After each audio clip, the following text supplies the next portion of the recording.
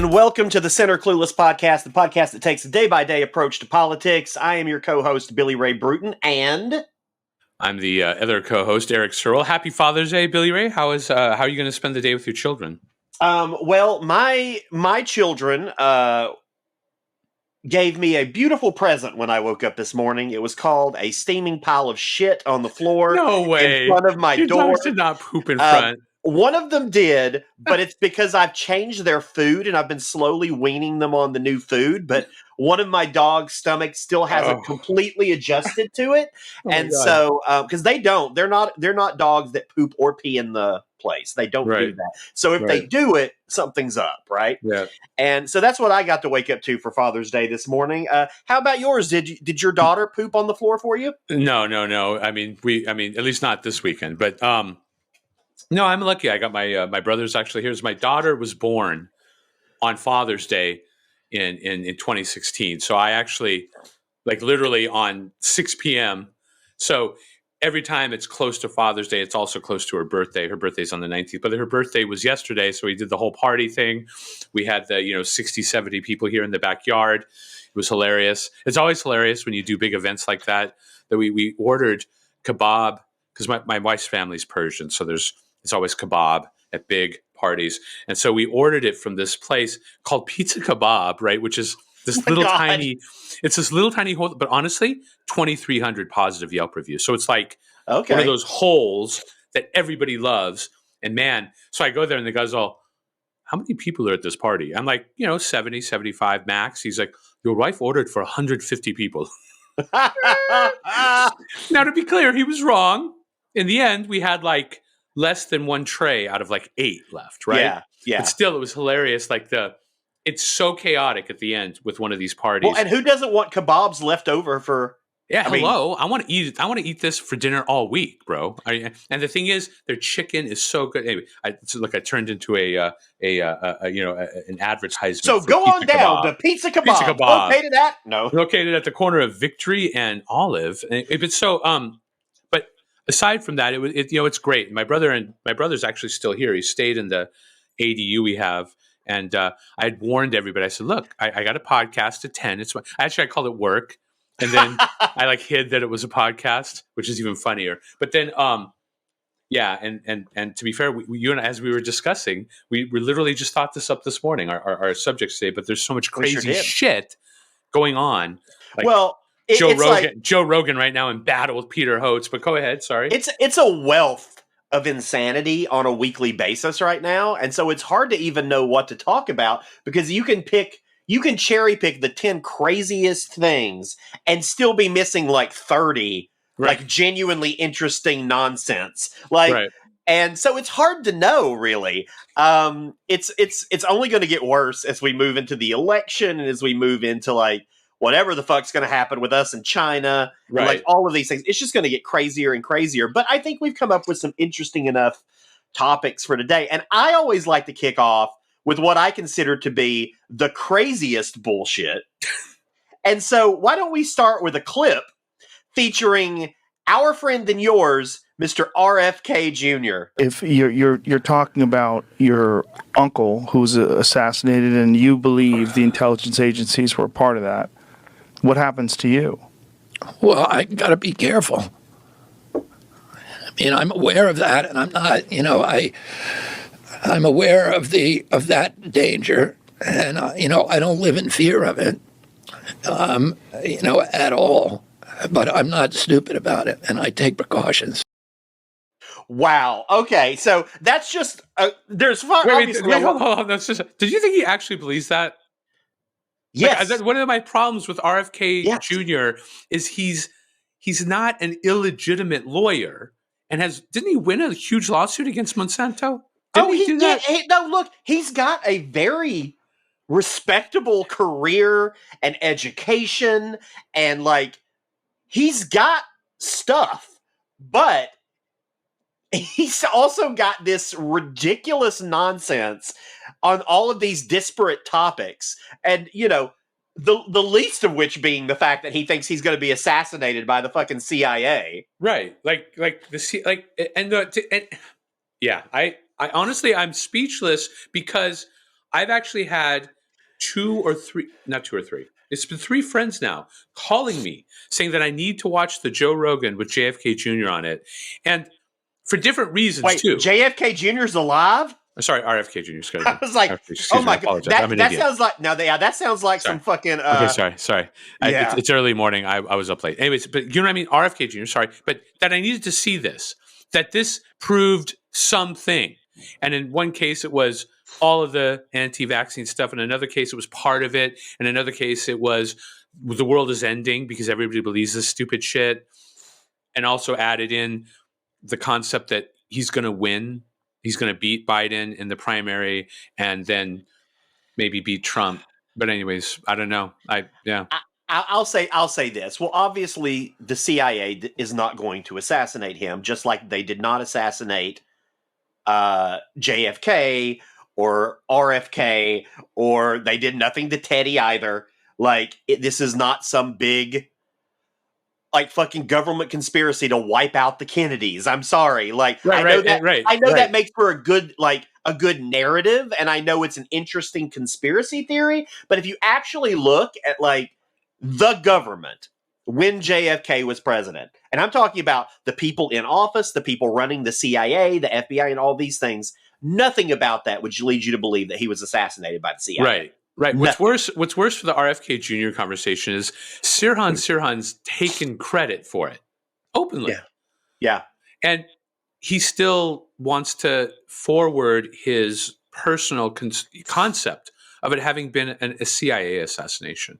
And I don't know, man. I thought that with more information, there would be more clarity on subjects like this. And what it really shows up as, people don't have the bandwidth to process the information coming at them, right? Like the flood the end zone with shit conversation, right? Like, it's just, man. Yeah. And I don't it's know. also just like, I'm thinking about, because we've talked about this, like, I don't know that I think Biden should run for president again. I mean, I think he's got the record to back it up. I think he's got the accomplishments from 4 years in office to do it. But I know a lot of people don't trust his physical or mental faculties, and I'm slowly starting. Do you? I'm starting to have concerns, and every time I hear him speak or I see him out, I have more concerns. He is not doing anything to alleviate those concerns because he probably can't. Right? Like, it's not something that he can turn on and off. It's just what is. He's still able to bust out the quips, though. Like, some reporter asked him about the $5 million thing that just came up, and his retort was clear enough. So I think that what you have is a common situation with some older people, that as the day goes on, like the sundowning, right? Like, as the day goes on, they run out of juice and they become less and less intelligible as they get more and more tired. That's a real thing. Anybody that deals with 70 and 80-year-olds in their life. Shit, I'm 41 and it happens to me. Right. Like, but I mean, now imagine it plus 40 years or plus 35 years. Yeah. No, and I give grace to that, but it's also like, dude, you're the president. Yeah. And you're going to be in a position at some point where you're going to have to debate. Now, whether or not you end up debating people in the Democratic primary, you're probably not going to, and that's fine. You're not required to. No president does that. But you're going to have to debate a Republican at some point, and every single Republican I see running right now will clean his clock. Right. And to be fair, I actually don't. So here's your mess, right? Let's say somehow Trump doesn't get the Republican nod. He's absolutely going to run. Somehow RFK won't be getting the Democratic nod. He runs too. Oh, yeah. So you have Biden, Trump, whoever beat Trump, and RFK all in one salad. That is a recipe for chaos. Oh, it's a recipe for chaos, and all that will do is ensure that someone batshit insane gets in the White House. Right. Or it'll just be Biden, and it's better than batshit insane. But I've had a lot of conservatives come to me talking about how they're sure that Biden will bow out before the 4 years is over, and that we'll have a Kamala presidency. And do you don't think so? You think he'll make it all 4 years if he gets in? I mean, how old is he? Is he 80 now?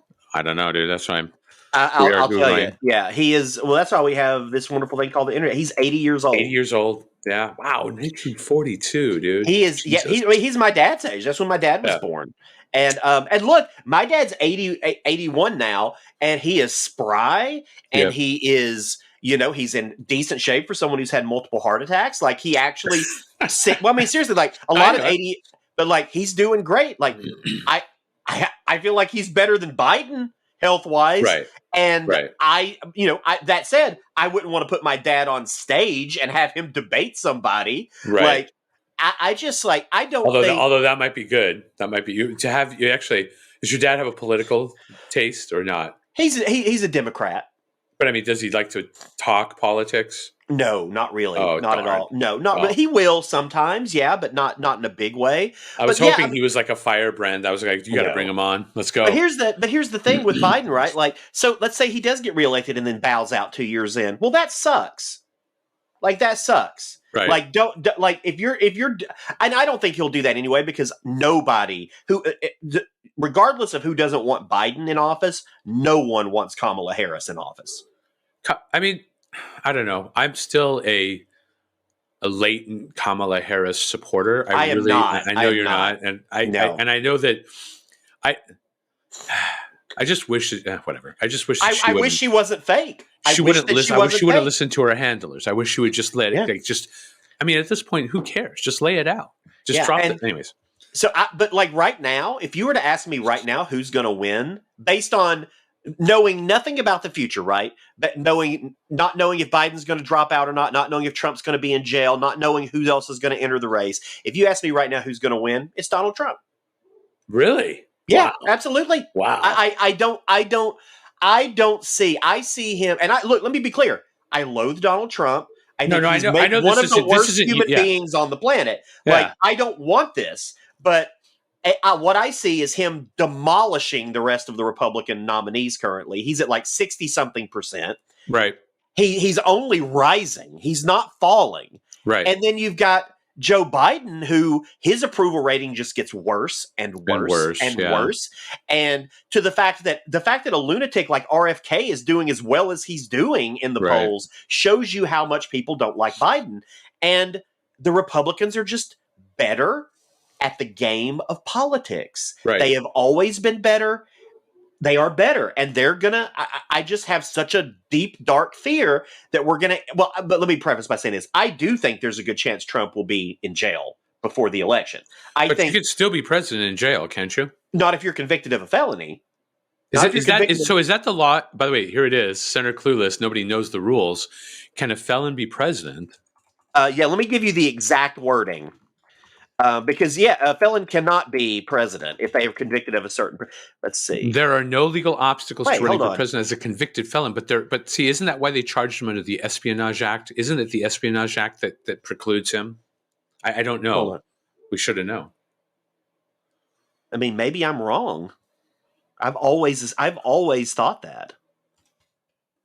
Surely I'm not. Surely no. I know that's correct. Hold on. Oh, it's not. Some kind of charge disqualifies someone from being president. I think it's the Espionage Act. Well, I mean, the 14th Amendment does say it gives Congress the power to disqualify someone who has already held a public office from holding any office if they participate in an insurrection or rebellion against the United States. There it is. That was the insurrection charges, which he hasn't been charged yet. No, he has not. And I say yet. Yeah, look at that. I think he's going to be charged. Talk about Senator Clueless. Yeah, I've always been under the assumption that if you are charged with a federal crime, that you could not run for president. There isn't. And I saw that recently, and I thought it was something under the Espionage Act. It's not. It may be under what you just said. The insurrection. Well, so then he has to go to jail in order for that to actually. Right, but here's the truth. Even if he's in jail for a felony, he can still be elected president. Think about that. And then if he's in... I don't want to think about that, Eric. I don't want to think about that. I want president... You just burst my balloon already with the whole felon thing. I want President Trump running the country from his prison cell come on. But to be fair, think how terrible that would be. Oh my Oh God. yeah. I mean, look, I think Jesus Christ. even Republicans, I think if you are supporting a guy, let's be optimistic and say that he gets found guilty on half of the 37 charges, right? Right. Let's say 18. He's convicted on 18 charges. It's going to be hard for you as a Republican or anybody as a Republican. And I don't mean the MAGA Republicans. I mean an actual Republican. Right. It's going to be hard for them to support that. Well, I hope. And I would hope to, right. But but as you just stated, the poll numbers are going up. I know. Well, yes, but I'm talking about politicians, not the people. Yeah, but right? what they're doing right now, what's happening in Republican media right now is they're working on the concept of the legitimacy of those charges. That's absolutely where it's gone, right? The conversation where, here's an example, the tapes that Clinton had, the tapes. So Clinton did some audio tapes of some conversations he had in the Oval, and those were things that were requested under the Presidential Records Act after Clinton's presidency, and he denied it. Right? Yeah. So, it's kind of crazy that it's just, to me, it's crazy that we're about to see that being equivocated, right, with what's gone on with Trump, where the shit says top secret on the folder, but those tapes were personal cassette tapes. Those are two different things, because the person, look, I know that to an average person, look at me, I'm also now being a douchebag. So, real quick, hold on one second, okay? Sorry. Erik are you trying to hush your dog? I'm going to try to hush my dog, okay? Well, you go ahead and hush your dog, and I'm just going to ramble while you do that. Okay, hold on a second. Yeah, Eric's going to go hush his dog while I talk about something that's really been bothering me, which is... I don't care. Oh, listen. We're in the house. I couldn't speak. I had to let everybody just listen to Erik silencing the dog. You see Erik's Erik's boss hat come on when he's got to silence a dog. We're leaving that in. How loud was I? Was I too inappropriate? No, I was rambling and I had to stop because I wanted everybody to hear what was going on. I love my wife, but we got people here picking up the stuff from the party. She locks the dog up on his leash right by my door and just leaves him. I'm like, put him in the house. What are we doing? That's called a passive aggressive. You shouldn't be recording right now, Erik. Right. Honey, you should have known. No, I shouldn't have known. I thought everything was done. Honestly, I believe my brother was out of here at like 9, driving home. I had no idea what was going on. So I was like, this will work. All good. We're going to leave that in because it's funny. This is a good segue into something that I actually want to chat about, which is, since Trump has been indicted, you're hearing all of these Republican sycophants all over the place because, they've got their talking points. It's something Republicans do really well. And you hear them talking about, well, Trump was indicted, but Hillary Clinton was, so it is rigged. Or Right. Joe Biden hasn't been charged, it's rigged. Right. And you don't hear them talking about Mike Pence, who also was found with classified documents. Right. But let's be clear here. There's a big difference here. Let's talk about Hillary Clinton. Hillary Clinton put classified documents on her server before they were classified. Yeah, they were classified. They were classified retroactively. After the fact. They were retroactively classified. And then she found out they were on there and she deleted them. She didn't delete them trying to hide anything. She deleted them because she realized she had classified documents on her server. Right. But to be fair, she also deleted a significant cache of non-State Department email. And that's what everybody wants to... Oh, absolutely. Every conservative I argue with about this, they go, how do we know that email didn't get forwarded to people outside? Are you kidding me? Really? Because that's part of it, is the fact that the State Department mail server was relaying to her personal server. Just right there, let's think about that. That means she had to have permission from IT in the State Department for them to relay mail, just like they did with previous state heads of the State Department. Whether you think it was right or not, a lot of people did that. Yes, and Republicans and Democrats did that previously. And here's the thing, though. Like, if she did forward it to somebody, there would be a copy of it on that other person's machine. Right. And You think we wouldn't have heard about that from somebody else if Hillary Clinton was out there forwarding fucking national security secrets to people on their fucking AOL.com account? Like, we would know about that. You know what's funny is you always could tell that the people that think, like everybody that gets into conversations or you know, where there's a conspiracy, where tens to hundreds or thousands of people would have to keep quiet in order for the conspiracy to remain in place. Exactly. Anybody that's worked organizationally knows that nothing stays secret. Nothing. Period. Nothing. It always gets whispered out. And so, and then what's sad is, then I'll get people that are real big conspiracy theorists, and they'll come to me, and they're almost always people that have never worked in organizations with 100 or more people, and they've never understood how shit will just flow through those orbs, whisper things. And in fact, to be fair, let's be honest, many experienced bosses in these places know how to use that to get the word out. Absolutely. And see, that's the truth. It's like what you're saying is so true. At least one person would have. And in fact, the Hunter Biden laptop is an example. All of the juicy stuff off that laptop has been seen. Him smoking crack and rolling his dick out, all of that, that's been seen. Yeah. You don't think that if there was definitive evidence that Joe Biden took a bribe was on that laptop, that it wouldn't have been all out everywhere? And it's not. It's crazy. Well, and that's but that's the thing too, right? Like Biden, after the whole Trump stuff, Biden's team thought, shit, we better make sure that Biden doesn't have anything. And they checked, they found out he did, and they immediately turned it in. That is the exact same thing that happened with Mike Pence. He checked, he saw that there was stuff there, he turned it in. Right. So explain to me how any of those scenarios are different from a man who was president taking who knows really how many boxes of classified material that he did not declassify. Right. He took them all the way to his fucking resort in Florida, piled them up in a bathroom, was showing them to guests, is on audio recording showing them to people, or talking about showing them. And he's asked to turn them in. He doesn't. He doesn't do it for months, over a year. He keeps getting asked by the people to do it. He doesn't do it. He gets his attorneys involved. He's shuffling the documents around. He's lying to attorneys. He's moving it around with he's done everything. I'm going to make a blatant statement here. If you think that what Trump did, and you've read what he did, and you think it is even remotely comparable to what these other three people did, you are a fucking idiot. Straight up, across the board, nothing else to it. You are a fucking idiot. So you don't think it's a product of, you don't think, to me, so I debate with a very conservative friend this very subject. We've been doing it for the last 2 weeks, actually.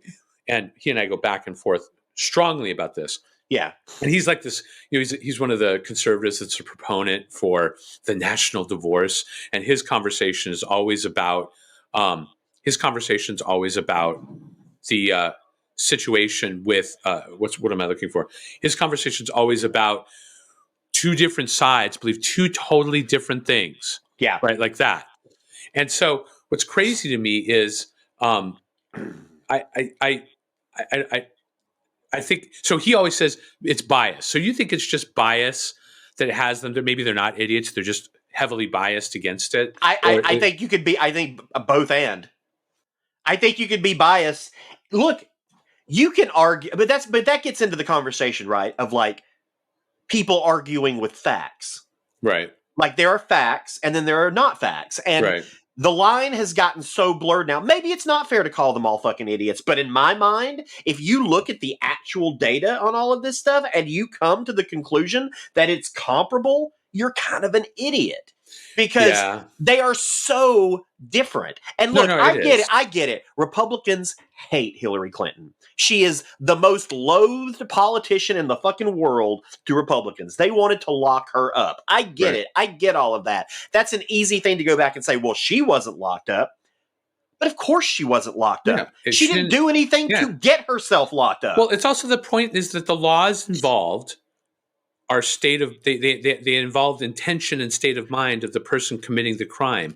And in each of the instances outside of Trump, when they found out that it was there, they voluntarily gave it up. Exactly. Which itself doesn't have them chargeable under the laws that are being charged against Trump, where he's on tape Yeah. supposedly, but there's the the transcript of the tape is him saying, "Yeah, I could have declassified these, but I didn't." And hey, check him out.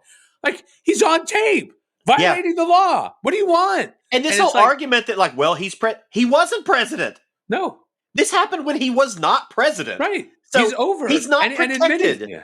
He's not protected under anything. And I get so upset because that's one thing that Republicans do really well, and it drives me crazy, is these false equivalencies. Yeah. They're so good at it, and they're able to push that message out there. And yeah, look, maybe it's not fair to blame the people who are pushing the bullshit out there, but you've got to have the ability to rationalize and use common sense and look at materials and look at stuff and say, this doesn't seem right. Right. Like, you can like Trump all you want. You can think that the 4 years he served in office were some of the best that a president has ever served. You are entitled to do that. But then, can you not also look at this and say he did something wrong? Right. Like, this idea that motherfucker is infallible is so hysterical. Right. Like, no one is infallible, let alone Donald Trump. If you're going to embrace the things of him that you think are good, you thereby have to embrace the things of his that are bad. Right. Yeah. I mean, what do you think is going to happen? Because to me, this part of the issue here is I think that there's so much information now. Like, as the information river gets wider and wider on a day-to-day basis. And I noticed this, like, when we were picking up, like, so yesterday we had to pick up cakes. Okay. Yeah. And there were like 5 or 6 people at the counter. This is a very popular bakery in Burbank. I'm not going to name them because it sounds like a dig, and I don't want to dig them. I love their cakes, although I don't eat much cake. I had like a bite yesterday, right? Because I'm diabetic. But do they also make delicious ham and cheese croquettes and potato croquettes? No, they make delicious tea cakes though. Okay, so, I was thinking of another place. In Burbank. No. In this case, it's they're the tea cake people. Okay, look, so it's Martino's, right? Okay, and they're a great place. Okay, it's great. I'm going to go there next year for my daughter's birthday. So this is not a rip, but I realized that many of the, like, because it's a paper system, and I realized that most of the kids up front were just befuddled by it. They were befuddled because they couldn't call up the answer. And then the lady that finally fixed it is this lady mid to late 40s, like the boss in back, and she no, what's this? It was like she had it. Yeah. Nobody else up front did. And it's because they've come up in an age of overwhelming information flows just constantly. And so much of it is being fed up with this pseudo-intellectual, pseudo-realistic horseshit. And like you said, the false equivalencies, it shows up in this, it shows up in the other stuff that we're talking about with RFK, that these false equivalencies, and then to be fair, absolute communication failures on the part of the experts, right? As an example with the RFK thing, if Fauci hadn't gone and lied to the American public about the efficacy of masks because he was concerned about keeping PPE, personal protective equipment, in the hands of the first responders. So he lied and then admits he did this. You asshole. You can't do that. If you got the truth, you got to drop the truth, even if it breaks reality. Because if you don't, what you've done now is nobody trusts what you have to say. So now everything you say about Fauci, like motherfuckers are saying he owns patents. Get the fuck out of here. It's just, there's craziness. There's craziness that it feeds. And to be fair, it's always a lie by someone who's supposed to be an expert, that there's so many people I know that that's what they hold on to as, see, that person lies, I don't trust anything they say. And that's simplistic too, obviously. Absolutely. But here we are. And that's I think that's the modern age, is we're now entering an age where fewer and fewer people can absorb and sort data appropriately to be able to do their life, to be able to exist in society. And there's now these separate realities that people believe on the left, on the right, vaccine, anti-vaccine, all these different areas. Sometimes that intersect, right? Like RFK is loved by a lot of people on the right, sort of the QAnon anti-vax right, as well as the QAnon anti-vax left. And that's another flow, right? He's now, him and Joe Rogan are now the champions of that flow. And look, Joe Rogan has to exist in his, another flow that he's in is in the fighting scene, right? Oh yeah. And dude, through the jiu-jitsu scene for years, this flat earth, the flat earth conversation was blowing up. Yep. Dude, guys that were at the top Yep. of the jiu-jitsu game believed in the flat earth hypothesis. And it's like, damn. And dude, guys that I respected, guys that have beaten champions, guys that have like redefined the jiu-jitsu game also believed in the flat earth hypothesis. It's like, my God. And it's honestly, some of those people were trolling it.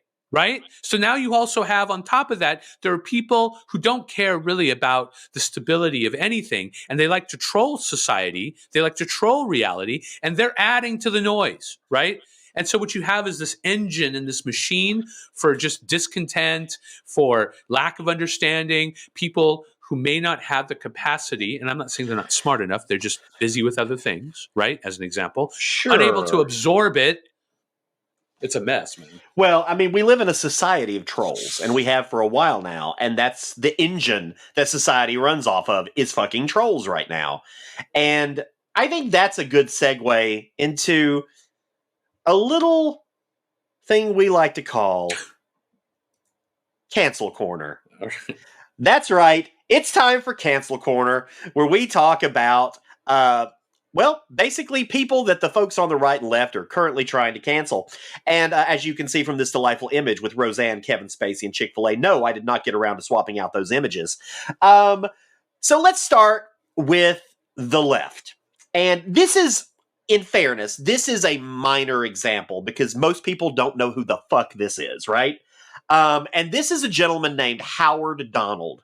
Howard Donald is a musician.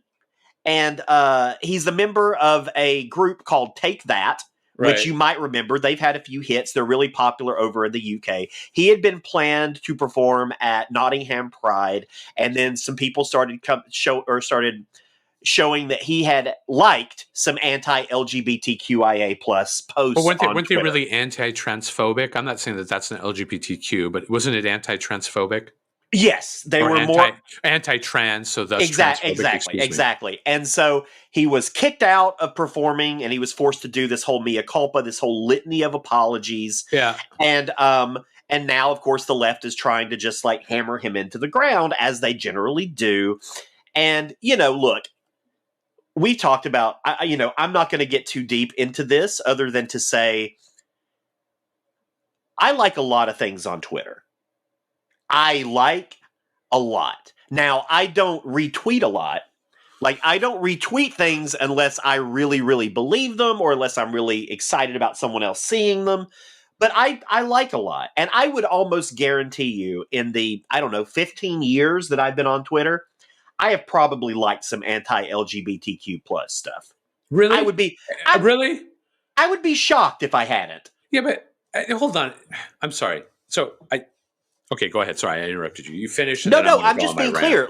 I'm just being clear. I know, when I get stoned, and I get stoned a couple times a week, and I'll get pretty nice and lit, and I'll go on Twitter, and I'll just do the whole Twitter thing where I'm going through there, haha, that's funny, like. I don't know. I can't tell you what all I've liked and what all I haven't. Right. And, I'm one of those people, too, that I like, which gets me in trouble on Twitter sometimes. Just because I don't agree with someone 100% doesn't mean I won't like something that they post. And this came up the other day because I had shared something on Instagram, on an Instagram story, and it was a video of Louis Farrakhan talking about, it was that classic video of where someone's talking about how Nigeria is one of the most dangerous countries, or is the most dangerous country in like terroristic country in the world. Right. And he goes on this rant about, well, what about America? And he makes very cogent, very, I think, correct points. And I shared that because I believe that what he said in that moment was accurate. I don't believe in his anti-Semitism. I don't agree with that. Like, he has said some really abhorrent things that I absolutely don't agree with. But that doesn't mean that I can't agree with him on certain things. And so it was this thing. I had a couple of friends message me on Instagram saying how disappointed they were that I would share Louis Farrakhan. And so And I responded to them with I'm sorry you feel that way. I disagree with him on 85% of his beliefs, but there's 15% where I think he's right. And I can hold space for both. Yeah. And so So all that is to say is like I might have liked something that I didn't realize was as virulently anti-LGBTQ as it was. I'm just saying that it is a very distinct possibility. I don't know. And Right. so I'm not saying that that's what happened with this guy. Like I think he probably has some issues with the trans movement. And look, a lot of people do. A lot of Democrats do. A lot of Republicans do. Like Right. it's not like it's reserved only. And we've talked about this. Like there is Yeah. a place for nuance where I think you can support the LGBTQIA plus community without agreeing with every single thing that they put out there. Exactly. I'm a and member look, of that. I'm a member of that community, and I don't agree. here's the thing.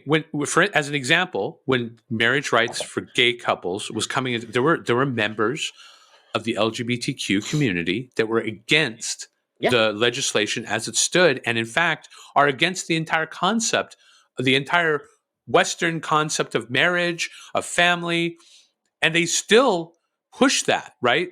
Like the concept that marriage is a patriarchal institution, and it was obviously, but it's not inherently, and see, there I am taking a stand that could get us in trouble, right? And also, I've expressed my mom's really second wave feminist space that she raised me in, and that second wave feminist space isn't as sensitive towards transgendered issues, specifically the space around women, around biological women holding their own spaces. That's why all of England gets called Turf Island, right? Because there are hardcore feminists, okay? When it comes down to the lesbian feminist movement, hardcore feminists that absolutely want nothing to do with biological men, specifically in their spaces. That's where the crux of this argument currently sits. And look, honestly, that is a very small group of feminists who deserve to have their views, to keep their views, to express their views, just as much as anybody else in a pluralistic society. You can have those views, and to be fair, what this is challenging is a lot of the ways that we had to deal with some of these things where women were kept out of men's spaces, where men held power. And again, by the way, there's that thing where those two things aren't the same. Yeah. The reason why it was appropriate to force women into some men's spaces is because men kept the power for society in those spaces. So it was appropriate. But, you're in a rape center for women, biological women, where there's a sensitivity towards the physicality of the biological person that raped them. There may be a subspace for nuance there. Not saying that trans women can't identify as women, can't express themselves as women, can't be seen and dealt with as women. But there needs to be a world where all of these things are allowed. And it's not, I'm going to tell you, it's dividing the left. It is. It's getting worse and worse. It's getting worse and worse. And man, there's a lot of very vicious people who are pushing from both sides. Absolutely. And that's where the violence and physicality is coming in outside of the cancel culture. Like I didn't know much, honestly. Once again, I didn't know much about Howard Donald. In fact, I probably couldn't name one Take That song, right? Oh, me either. But here we are, yet another realm of insanity. And to be fair, you put this up. I read about it. I did a quick review, and I'm like, I know that I've also liked stuff for sure. I've liked things that J.K. Rowling has said. Here, I'm saying it. I've liked things, and I'm gonna be supportive. I have had knockdown, drag out fights around J.K. Rowling with some of my more progressive friends, and I'm like, look, man, I'm not going there. She's allowed to have her opinion. And it's also true that her books allowed for a space for LGBTQ youth specifically to fantasize and express themselves and empower themselves through. That's still true to this day. You can have both things. Again, J.K. Rowling's allowed to have her opinions. Well, there's also a difference between being anti-trans and being pro-woman. Exactly. And I think that's the difference with J.K. Rowling. Every time someone comes up to me and they talk about her being transphobic, I'm like, I've read everything she said on this issue. There is nothing I've read that she said that is transphobic. Right. There's nothing. Now, look, you're entitled to your opinion if you are, because everybody's got their different levels, right, of what they think is transphobic. Like everybody's got their and like, so look, if you think she is, that is your opinion. You are entitled to that. But like this whole idea of like, let's cancel this woman. Let's cancel this person who has, I think, done a lot for the LGBTQIA plus community. Yes. Like, let's cancel this person because she doesn't agree with everything that we agree with. Right. And I think that is nonsense. And I think that is not transphobic. And I think by labeling her transphobic, you're doing a disservice to your own movement. Yeah. And so, like, look, I have very complicated issues on that fact. We've talked about that. I'm not going to get into all of them here. What I will say is, I support trans people. I support trans folks' right to exist and to have every single right afforded to them that we have, that anybody else has as American citizens. I will go out on the picket line and I will fight for that for them.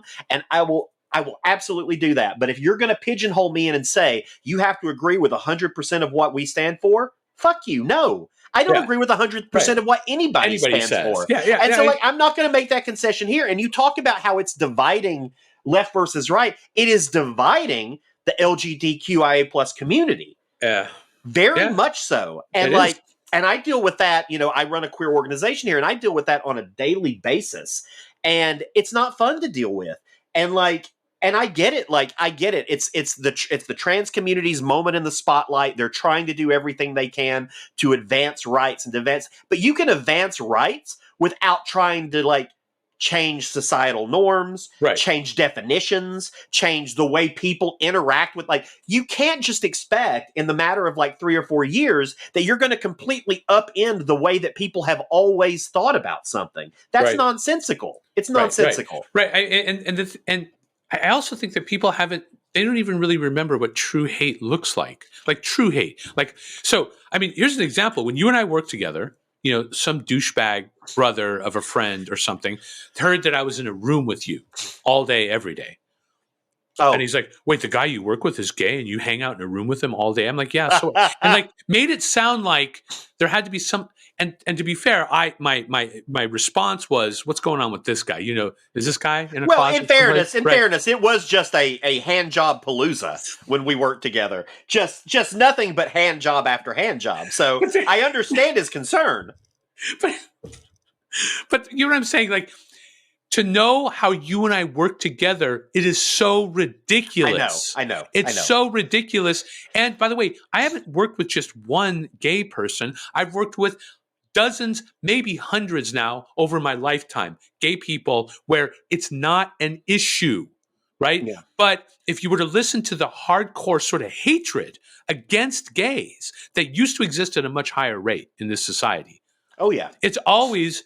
And it was always weird. It was almost like there's some gay porn about to erupt in a room of gay people at any point. It's like, are you guys kidding me? Do you think that like gay men are just like, you know, there's a room full of gay men and they just start sucking each other off before a meeting? That is ridiculous. Yeah. They're human beings. But you know what? It's just weird. But you see what I'm saying? Like that. Yeah. And it's funny now that that's mostly, look, in my space at least, and a lot of spaces around me, mostly gone. Nobody's saying stupid shit about gay people that's like, they're not good parents. Get the fuck out of it. Nobody says that in like sane conversation anymore. And in fact, the funniest thing ever is to watch the children of gay people fucking with their gay parents. It's hilarious, actually. Yeah. And then all of that stuff that isn't true, was never true, right? Like in the club scene where, another time, I just got to get through this because it's important. No, go ahead, please. I used to work for a guy named Doug, and he did a club in LA called Family. And at one point, several people were coming to us going, well, you know, there's a lot of gay men at your club. And I'm like, and he's like, well, I mean, that doesn't concern you that you're turning into a gay club? I said, and look, my honestly sexist response, and here it comes, was, I said, you realize we're still probably slightly more females than males, yes? And the guy's like, yeah. I go, well, so are you complaining to me about a club that's probably, out of the males that are there, about 40% of them are gay? So that means let's just make up 100 people. 51 are female, 49 are male, of which 27 are gay, 29 are gay. You're complaining to me as a straight male with the... What is wrong with you? Like, it's ridiculous. Yeah. Like to make a thing out of that. Like, I was going to be concerned about that as a guy that helps run that club. I couldn't give one shit. Were they there? Were they having a good time? Let's say the club turned entirely gay. Do you think we care? Do you think we care? Like, I'm not there to get laid. I'm Yeah. there to throw a club where good music is played and people are having a great time. Hello. But you see what I'm saying? And, Like that. and let's be clear, the gays have a lot of disposable income, so that's your clientele right there. That would be a Bro, great transformation for any club. I'm just going to say something. If you've ever been to a tech house club full of gay men, that shit goes off. Yeah. It goes off. Well, I will say though, like, and it's interesting, and I don't mean to go on a tangent on this because this technically wasn't part of our regularly scheduled program. Here we are. Yeah. But like you mentioned that, and like I still deal with comments like that all the time, and I'll give you and I'll explain it. But like, so my best friend who lives in Los Angeles, and I won't name drop them, but I think I know who you're talking about. Oh yeah, I'm sure you do. They've been my best friend for ages, a long time, and like. And we're like, we've always been close friends. Like we hang out a lot. Like, sometimes probably more than we should, frankly. And I get questions all the time, like from people like who just assume because I, being a gay guy, hanging out with who is, for all intents and purposes, a handsome straight guy. Yeah. That there must be something going on. Can I be honest with you? It's crossed my mind too. Look, I've gotten it since day one. I'm sorry. I realized I'm like, oh no, I did this. But let me say this, and I'm not directing this at you because I know. that kind of thinking is actually really damaging. It is. And no, you're right. And it's hurtful. And like, I'm not someone who wears my feelings on my sleeve, and I'm not someone who gets offended by things very easily. But I'm not going to say that every time I get that question, a little part of me isn't just like, fuck. Like, well, no, here's really? the thing. You're not friends with men because you're trying to fuck them. That's the truth. Well, no, but here's the thing though, right? That's the truth. People will assume that if you're a straight guy and you're friends or close friends with if you're a gay guy and you're close friends with a straight guy, you have to be after something. It's this idea of the predatory homosexual who is all consumed by sex, is only after sex. That has never once been me. Yeah, but that's kind of like a guy. That's kind of like a guy because I had a lot of close female friends, and almost always the concept was that I was chasing them for sex, and I'm like, well. I mean, and what's worse is for me, the truth is maybe they were attractive to me, but that wasn't the reason why I was there.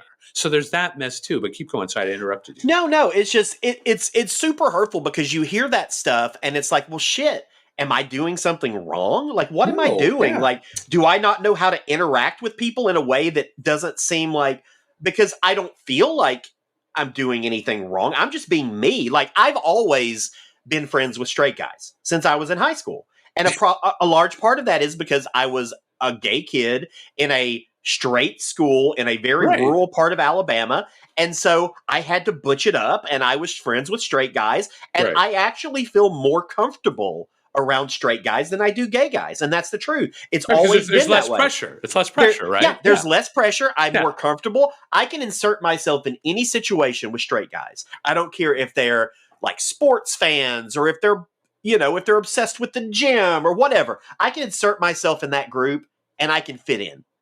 I can find my place and I can fit in. I have a harder time doing that with gay guys. Right. And so I've just always naturally been friends with straight guys. And I'm like, I just do what I've always been doing. And when I get comments like that, it's super hurtful because it's like, well, shit, like, you think that's all I care about? Yeah. Like, really? After and I've been friends with this person for now, right at 10 years. And I'm like, you think 10 years later, I wouldn't have made my move already? Right. Like, if I was good, I wouldn't have made my move already after 10 years. Like, give me a fucking break. Right. And what's messed up is a guy like Howard Donald, right? He's 55. So he too came up as a child during the push and highlight of second wave feminism. Yeah. He likely has the same type of, look, I'm making this up, right? Maybe not, but I think he likely has the same sort of space for second wave feminists that I do, right? That women, biological women now, want their own space. Fine. Like, I'm not going to not give them that. And I understand that it feels exclusionary to trans women, right? It does. Yeah. They want to be included in all the spaces that biological women are in, that the gender expression, they want them to be in that space. I get it. But I think that it's confounding and it's new, right? Like, the level of expected inclusion is a new thing. And in many ways, you got to sell it a little bit better. The idea that we're going to make it mandatory and we're going to enforce it on 70% of because it's the stats that are between 65 and 75% don't support this. If you're going to get that number to move, it needs to not be a fight. It needs to, because especially now in the modern age, you're starting a fire and the fire is going to burn whoever the smallest person is. Or let's say the fire is going to burn everything equally. 50% of 75 is much larger than 50% of 25. You're just going to reduce the support for your overall movement. Absolutely. It's like you're ridiculous. It's crazy. But anyways, I think so he's had to like make apologies. He's had to, right? I mean, he's had to. Oh yeah, he's on the apology, like doing the apology circuit right now, and just trying to like, you know. And here's the thing though, like I'm not saying that the Pride organization shouldn't have removed him. Because if you are an LGBTQIA plus organization and you are representing all of the all of the queer community, then yes, if someone has made a public, outspoken, and I guess liking a tweet counts as that, like against one of those groups, I don't think it's mandatory that they shouldn't perform, but I understand why you remove them. And I think that's okay. I don't judge them for that. But then to have to constantly defend something that could have been an accident, that could have just been like someone expressing one view out of 100, like, I'm like, we don't need to end that person for that. Like, we don't. They can live and perform and still have this view. And if you're a trans person and you disagree with their view, you don't have to ever go listen to them live. And that is personally, absolutely, you're right. You can look at him, you can say, you're not going to get my money, take that. Yeah, I like to hope that they questioned him beforehand, or at least had a nice discussion with him, but I doubt it. Yeah. Well, let's segue over into the other part of Cancel Corner, which is our friends from the left.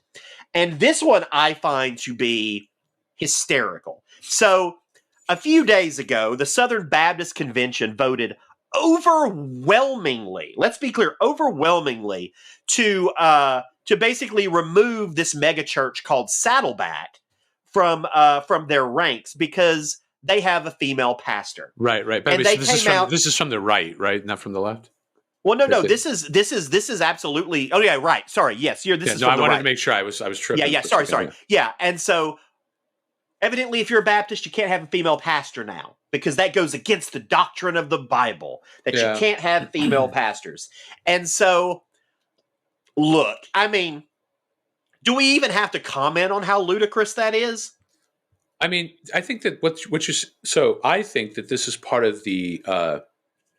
This is religious culture in America recoiling against not only the more extreme, meaning at the closer to the edge of LGBTQ politics, but I think that you're now seeing a resurgence of all of the old weird shit that really was defeated in the 80s and 90s, the religious space of, that traditional concept of the male role versus the female role. And this is just more of that. Like I have a lot of conservative friends who are also saying that this is what happens. This is because we allow gays to marry, like that conversation. Oh, so now this is even yet further down that road, right? Yeah. This is what you get when you allow women to enter men's spaces, the space where men are leaders and women are followers, which is definitely a tenet of some religious organizations. Like it's, I shit you not. It's like God, Jesus, the husband, the wife kind of bullshit. And this is what happens when I assert that this is what happens when you start to politicize and then polarize society is you're going to see the extremes on both sides start to go crazy. And here you are, Southern Baptists are usually very conservative, at least from a religious point of view. And here's what you're starting to see. You're starting to see the societal pushback against this. And man, it's a mess because it's crazy, right? Oh, no, it's entirely crazy, and it's not good. I have a feeling it won't last long. I mean, like, it's going to end up somehow getting reversed. I mean, the two churches that they expelled are two of their biggest churches. They're mega churches. Right. They're huge. And they're still going to be, and they've already said they're still going to pastor there. They're just not going to be part of the association anymore. Yeah. And so, like, they can do what they want to do. They're a government entity. They're going to do what they want to do, and can't nobody stop them. But they're not on the right side of history with this, and they're not on the right side of like where religion is headed. And Right. so if they want to keep burying their noses in the sand, they're more than happy to. But if you're a Republican out there trying to cancel a church because it has a female pastor, I think I can universally say, go fuck yourself. Yeah, it's ridiculous. It's a mistake. Let's be clear. Now that women are in an overarching fashion, women are performing well in society now that they've been allowed into men's spaces. They're outperforming in schools. Yep. They're outperforming in colleges. And let's be clear, they're outperforming in the professional space as well. And that's okay. That's fine. They're going to be. Look, I do believe that there's a difference between men and women and how they present themselves, and what I think there's a difference in how they organize and how they work with things. And the evidence is, you see what's going on in professional spaces, in educational spaces. But that's enough of that. We could go on for hours and hours about how ridiculous it is to get rid of female pastors. But you know what? This is not an hours and hours long show. So what we're going to do is we're going to take a quick break, and you're going to hear some delightful words from some sponsors, and then we're going to come back and talk some more schlubbiness, because that's what we do. So stick around, and we'll be right back.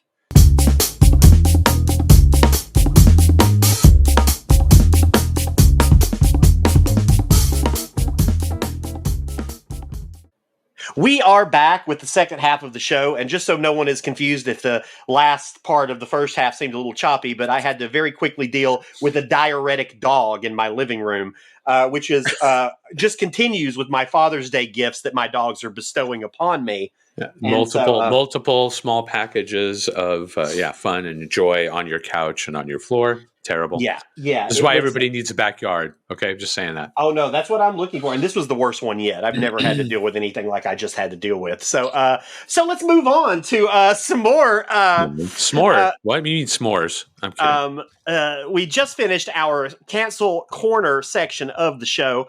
I hope you enjoyed that. So now let's kind of segue into something that we have not talked about much on this show, which is the war in Ukraine. And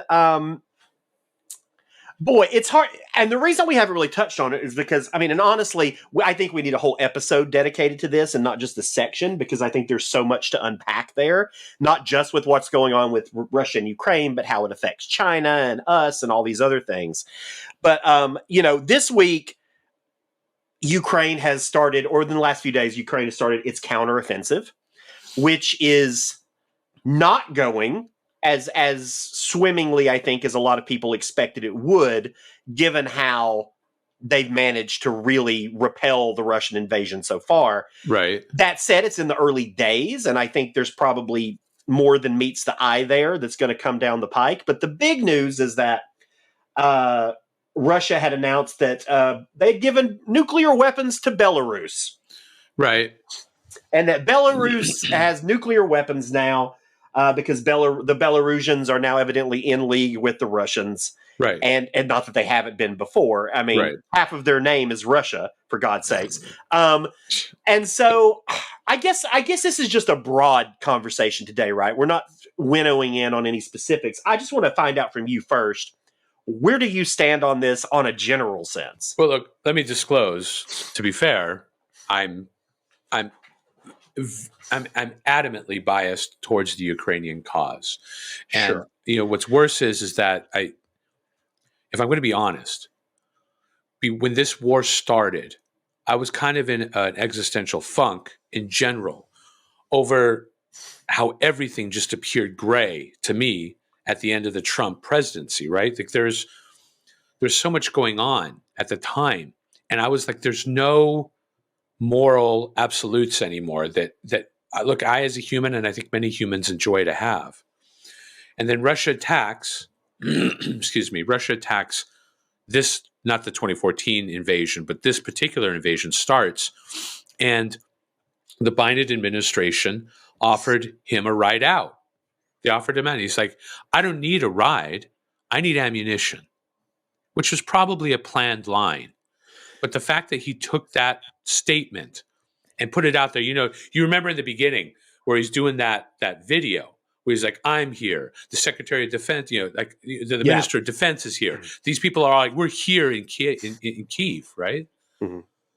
I saw that, and I honestly, I had an emotional response. I can tell you right now that if I didn't have a family, I'd probably be there doing IT. Like, I'd probably be there working to fight against what's going on with the Russians. So the reason why I bring this up is I'm absolutely biased in this conversation towards Ukraine.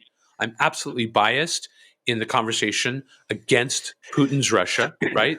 Yeah. And I want to be clear with that because I think it's fair. I'm about to have a conversation with you, and any conversation we have, it just must be absolutely out there that I am I see this battle against Russia as an existential battle for right and wrong in the world. Like, Sure. we cannot see this in any way as a legitimate move by Putin. This is illegitimate in my estimation. The Crimea was taken primarily because of the gas reserves in Crimea. Let's not pretend it's not. Oh, sure. The additional stuff that went on just it mirrors Putin's concept that Ukraine itself is an illegitimate country. He thinks that when the Soviet Union fell, that Ukraine was given too much. And lastly, Ukraine gave up their nuclear weapons to make the rest of the world feel better about it, and the United States promised to keep them safe. Yeah. It's just in that space where I'm like, we need to give Ukraine as much weapons and weaponry and expertise as they need to finish the job. And I assert that the only acceptable end to this is an unmitigated, Russia needs to be defeated and demoralized and crushed completely in this space. That means everything goes. I'm just telling you what I feel. Yeah. Crimea, that's fair. Everything goes back to Ukraine. Russia goes and licks their wounds, and whatever happens to Putin happens. I don't care. And I know that that's probably not going to happen. Yeah. But that, to me, if that happened, I would honestly go into my later years as a human being, my later 50s, 60s, 70s, however long I lasted, knowing that I got to see true justice on a global scale happen at least one more time, which would be the utter and absolute defeat of Russia. But there's my complete and total bias. Sorry about that. No, I mean, look, I am biased to a certain degree also. Like, right, I agree with you on everything you just said. There's nothing that you just said that I don't agree with, other than I think the way you want it to resolve is not probably realistic. But I agree with you. But I will say this. I think it's going to end up in a compromise to some degree. And should it? No, absolutely it shouldn't. I mean, there's no reason in the world for it to, but it will. What will end up happening is that Ukraine will end up giving up something. That will end up happening. And likely the Crimea will be what they give up, because the Crimea is going to be almost impossible for them to retake, right? But what I hope happens in the meantime is I hope Ukraine becomes a member of NATO, which Biden is still, twiddling his thumbs on and not quite. But he's not pushing it. I do. And look, I get why. Like, no one wants to be in no one wants to be in a war with Russia. Like, no one wants to. So, I understand why they're sort of hedging their bets and, doing that sort of stuff. But, I think they will end up being members of NATO. I think that's what's going to end up happening. Right. I think if it doesn't happen before the compromise, I think that will be part of the compromise. And we'll see. Now, that said, I guess where the one area where I would disagree, because I don't want to see Russia beaten into the ground and humiliated, because I think when countries are in that sort of thing, they're desperate and they'll do anything. And I don't want to be in a position where Putin's like, what do I have to lose? Let's go nuke somebody. Right. I don't want to be in that position. That said, I think what this war has done so far has showcased the many weaknesses of Vladimir Putin.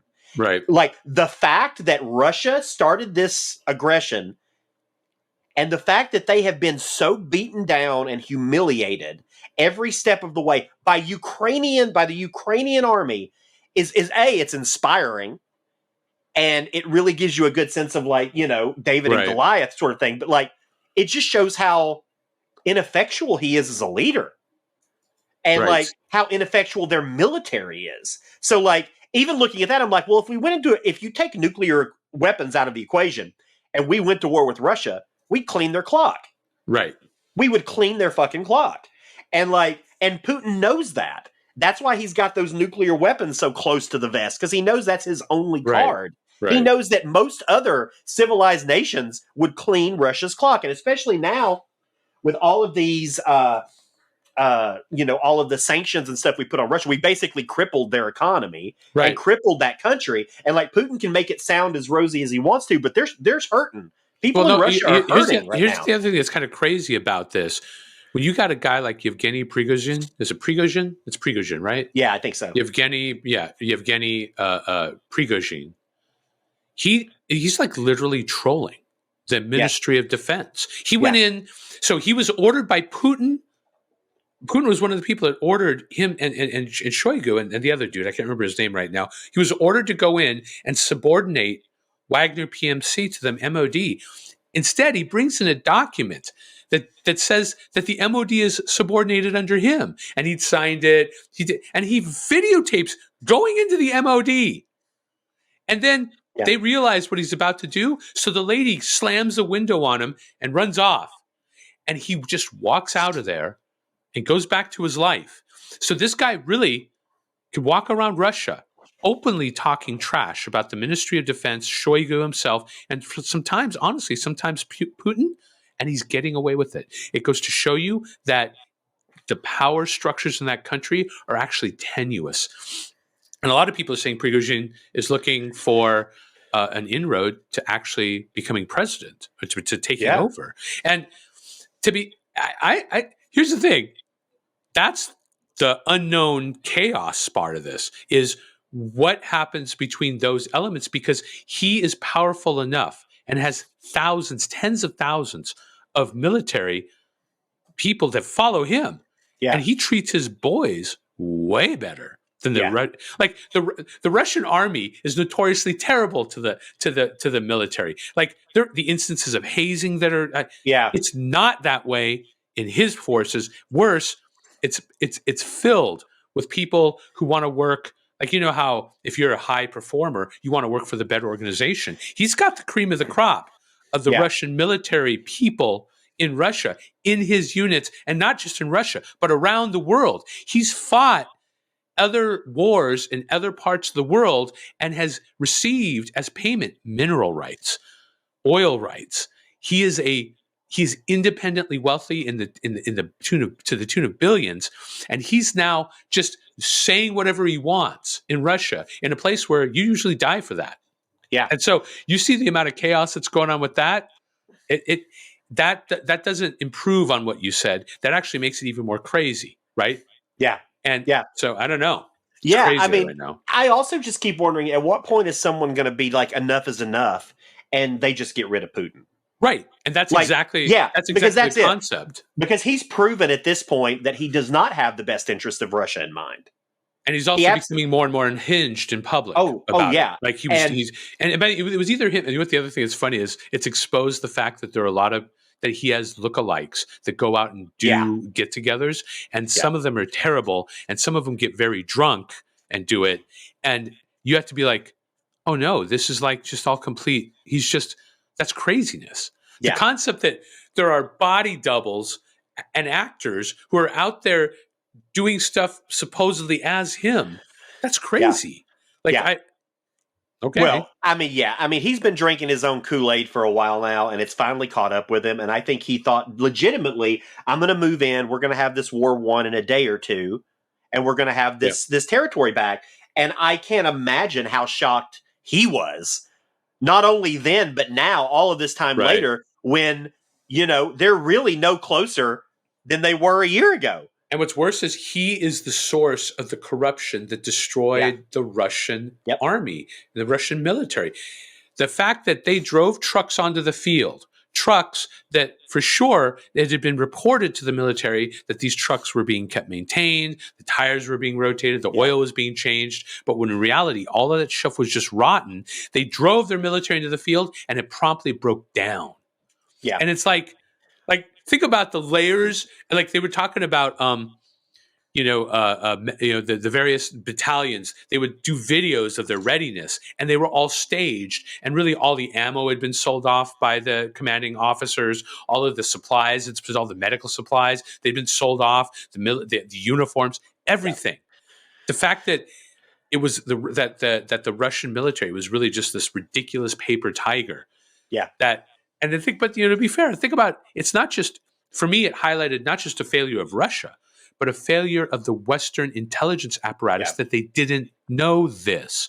Yeah. And to answer any questions about why I'm not as concerned about the Russian nuclear threat is those missiles need to be maintained, and their missiles are 10 to 30 years old. Who's to say that shit even lifts off?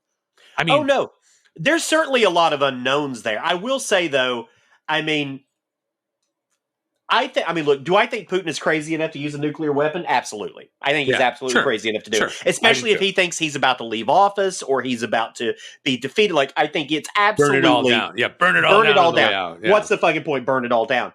But I do have to hope there are people in his government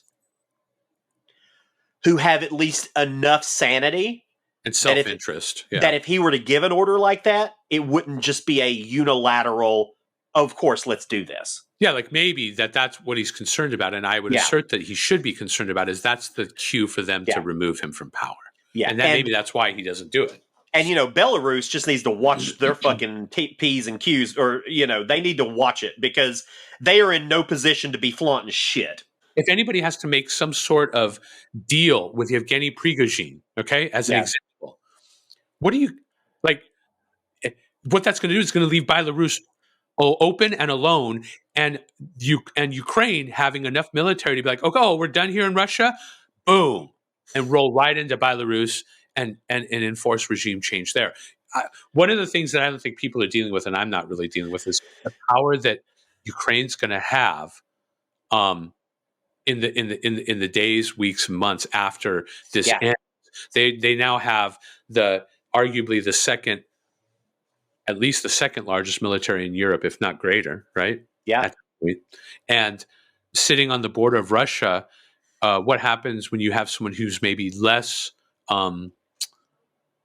principled than the current leader of Ukraine, than Zelensky, have that military? I mean. This thing is sort of, I would think over time has set things off. You know what I mean? Sure. For the near and far. Yeah. This has changed the way that block is going to look in perpetuity. Like, there's no going back after this. Like, it's only, what's left and how to move forward after this. And, I think history will look back and see this as one of the, I would say, I won't say worst in terms of a moral judgment, but one of the least effective decisions Russia has ever made on a military front. It's going to go down as an abject failure, regardless of let's say they compromise. It's still a Russian failure. Yeah. I mean, Russia didn't go in there probably thinking they were going to compromise. Right. And here's what's crazy. They had Crimea. They had the gas. Literally, it's either billions or trillions of cubic feet of gas. You already have the jewel. Why couldn't you just exploit that and move on with your life? Instead, we're going to try to take all of Ukraine back. It was a ridiculous error. I think that Putin underestimated Zelensky himself, and then also his military, having been corrupted, having been trashed. Underestimated the military in Ukraine, and then lastly, underestimated the West's resolve in defending Ukraine and defending the agreements they made with Ukraine around the removal of nuclear weapons. Because if Ukraine had nuclear weapons, it wouldn't be as easy for Putin to go in there. So here we are. Well, yeah, and I think, anybody out there, look, I get it. Look, I wish we weren't having to send hundreds of millions of dollars out of this country myself. But for anybody out there bitching about that, like, do you want to be a country that keeps our promises, or do you want to be a country that just like, because I'd rather be, even if it's the cost of that is hundreds of millions of dollars leaving this country and going there, I'd rather be the country that keeps its promises. Yeah, beyond that, I think that as a liberal democracy, right? I know that we're a constitutional democracy. I know that that's not the most liberal of democracies, but we are a liberal democracy. It's important for us to stand for and assist in the defeat. Stand for that and assist in the defeat of authoritarianism, because authoritarianism to me is an illegitimate. It's an illegitimate space to govern from, and go ahead and get fucked. I think that's a great end line for this episode. Go ahead and get fucked. Yeah, we talked about a bunch of stuff, Erik. Right. Are we already done? We didn't get to talk about the Joe Rogan stuff the way I wanted to. We didn't get to talk.